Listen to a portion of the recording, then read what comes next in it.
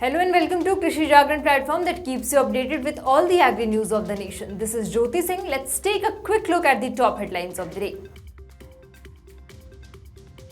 Eid Mubarak, PM Modi greets nation as India celebrates Eid-ul-Fitr. Punjab's Food Minister transfers Rs 7,300 crore to 2 lakh farmers without value.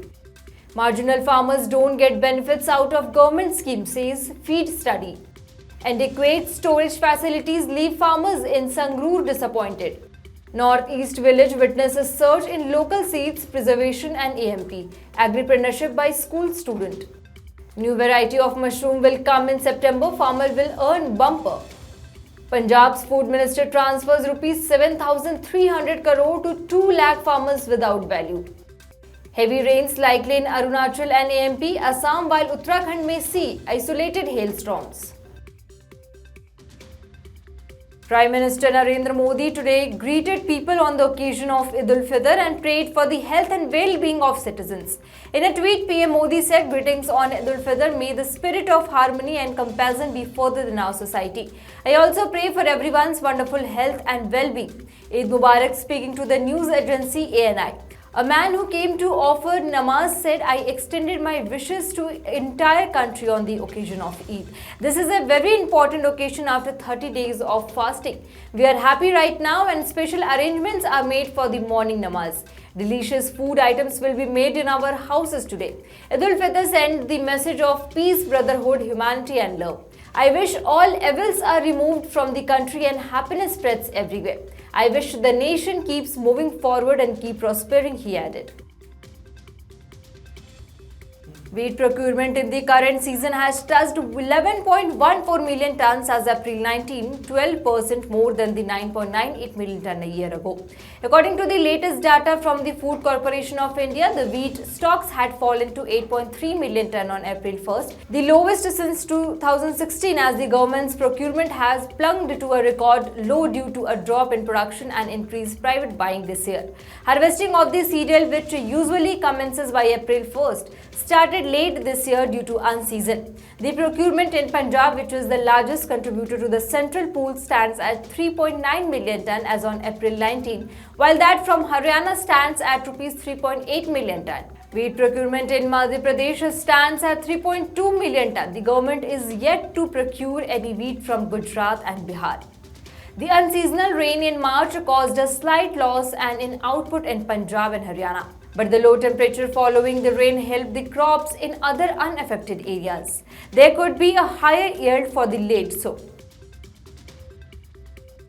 Around 70% of over 6,000 marginal farmers engage in non-farm activities for income support, but 84% of them do not want to sell off their land to pursue other economic activities, a new study has found. According to this study conducted by Development Intelligence Unit, a collaborative venture between Transforming Rural India Foundation and Sambodhi, marginal farmers are largely engaged in non-agricultural activities like wage labor and livestock management to supplement their income.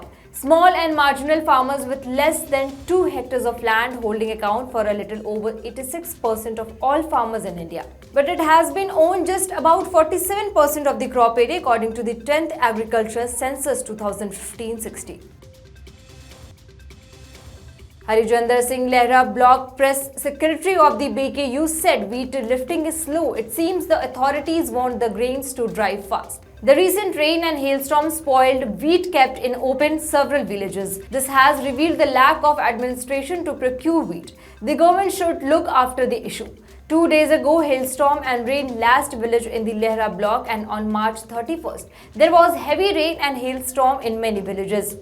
According to the official figure, a total of 7,36,777 metric tons of wheat arrived in several grain markets of Malerkotla and Sangrur district last evening. A total of 7,36,637 million ton of yield has been purchased by government agencies and private parties.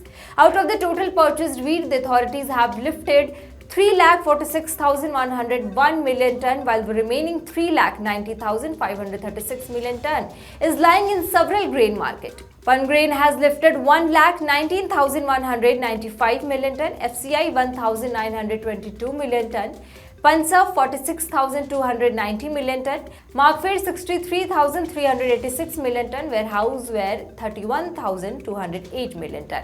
And private traders have lifted all wheat they purchased.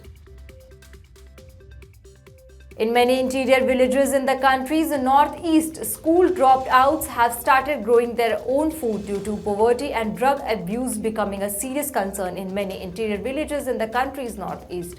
School dropouts. Tahli Wangsuku is a student of Arunachal Pradesh, Longding district bordering Myanmar. About 2 years, Tahli resumed her education in eastern Assam, Tinsukia district of Don Bosco, Hizuguri, and gradually began learning organic farming. Under the National Institute of Open Schooling, Tahli is now in class 12th and is among 20 such students from Arunachal Pradesh, Nagaland, Manipur and Assam staying at Hizuguri. At Hizuguri, they are not only back to education but have also started growing their own food in 45 bigha land inside their farm learning center. We just buy the seeds from the market and grow vegetables and rice for our consumptions. Tahli told, after the completion of our education, we will continue natural farming and hope to pursue it as a career as well, he said. A western disturbance with an induced cyclonic circulation will strike northwest India through Sunday, April 23, causing widespread rain, snow, localized thunderstorm, hailstorm and gusty winds. On April 22, isolated hailstorms are also possible over Uttarakhand. During this time, a trough to the northeast will rain, snow with localized thunderstorm and heavy falls to the region. Rainfall of 100 mm or more is anticipated in several regions of Arunachal Pradesh until early Saturday.